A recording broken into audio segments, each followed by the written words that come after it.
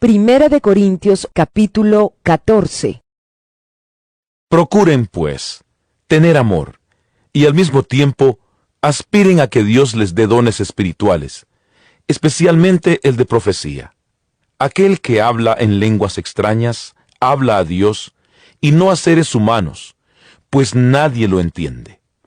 En su espíritu dice cosas secretas, pero nadie las entiende.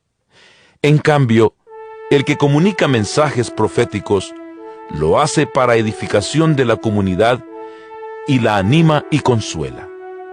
El que habla en una lengua extraña lo hace para su propio bien, pero el que comunica mensajes proféticos edifica a la iglesia. Yo quisiera que todos ustedes hablaran en lenguas extrañas, pero preferiría que comunicaran mensajes proféticos. Esto es mejor que hablar en lenguas, a menos que se interprete su significado de tal manera que sirva para edificación de la iglesia. Por ejemplo, hermanos, no les servirá de nada que yo los visite y les hable en lenguas extrañas, en vez de hablarles de lo que Dios nos manifiesta o del conocimiento de la verdad, o en vez de comunicarles algún mensaje profético o alguna enseñanza. Si los instrumentos musicales como la flauta o el arpa no tuvieran diferente sonido, no podría distinguirse qué música produce cada uno. Y si en la guerra la trompeta no diera sus toques con claridad, nadie se prepararía para la batalla. Lo mismo sucede con ustedes. Si no usan su lengua para pronunciar palabras que se puedan entender, ¿cómo va a saberse lo que están diciendo? Le estarán hablando al aire. Sin duda hay muchos idiomas en el mundo, y todos se valen del sonido. Pero si yo no conozco el significado de los sonidos, seré un extranjero para el que me habla, y él será un extranjero para mí. Por eso, ya que ustedes ambicionan poseer dones espirituales, procuren tener en abundancia aquellos que ayudan a la edificación de la iglesia. Por lo tanto, el que habla en lengua extraña, pídale a Dios que le conceda el poder de interpretarla. Pues si yo oro en una lengua extraña, es verdad que estoy orando con mi espíritu, pero mi entendimiento permanece estéril. ¿Qué debo hacer entonces? Pues debo orar con el espíritu, pero también con el entendimiento. Debo cantar con el espíritu, pero también con el entendimiento.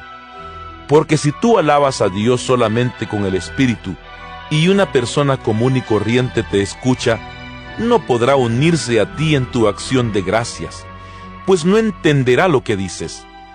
Tu acción de gracias podrá ser muy buena, pero no será útil para el otro. Doy gracias a Dios porque hablo en lenguas extrañas más que todos ustedes. Pero en la iglesia prefiero decir 5 palabras que se entiendan para enseñar así a otros que decir 10,000 palabras en lengua extraña. Hermanos, no piensen ustedes como niños.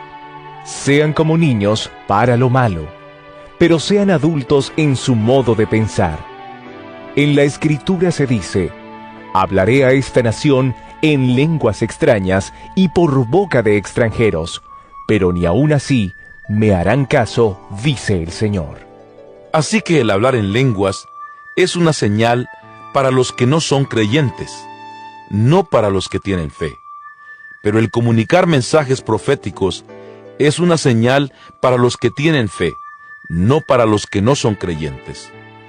Porque cuando la iglesia se encuentra reunida, si todos están hablando en lenguas y entra una persona común y corriente o un no creyente, creerá que ustedes se han vuelto locos.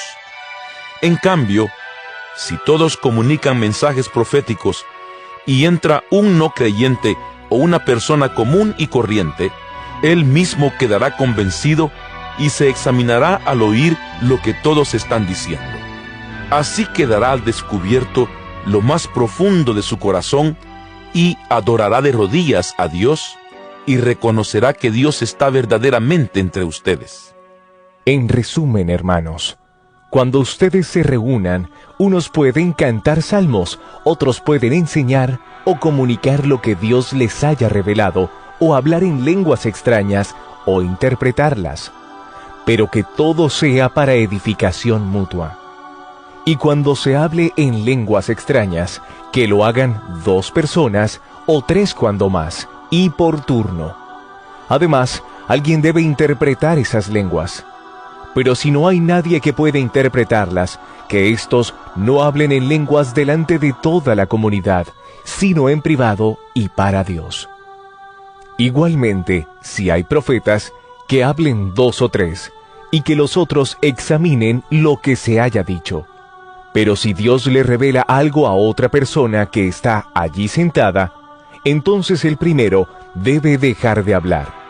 De esta manera todos, cada uno en su turno correspondiente, podrán comunicar mensajes proféticos para que todos aprendan y se animen.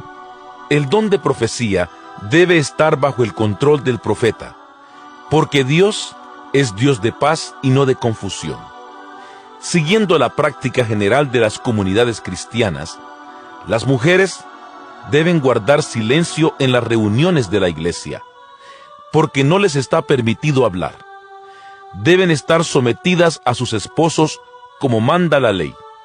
Si quieren saber algo, pregúntenlo a sus esposos en casa, porque no está bien que una mujer hable en las reuniones de la iglesia.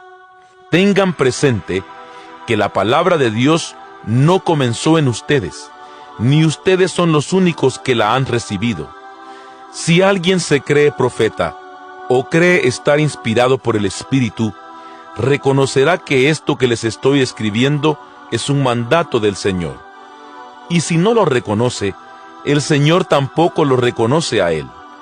Así pues, hermanos míos, aspiren al don de profecía, y no prohíban que se hable en lenguas, pero háganlo todo decentemente y con orden.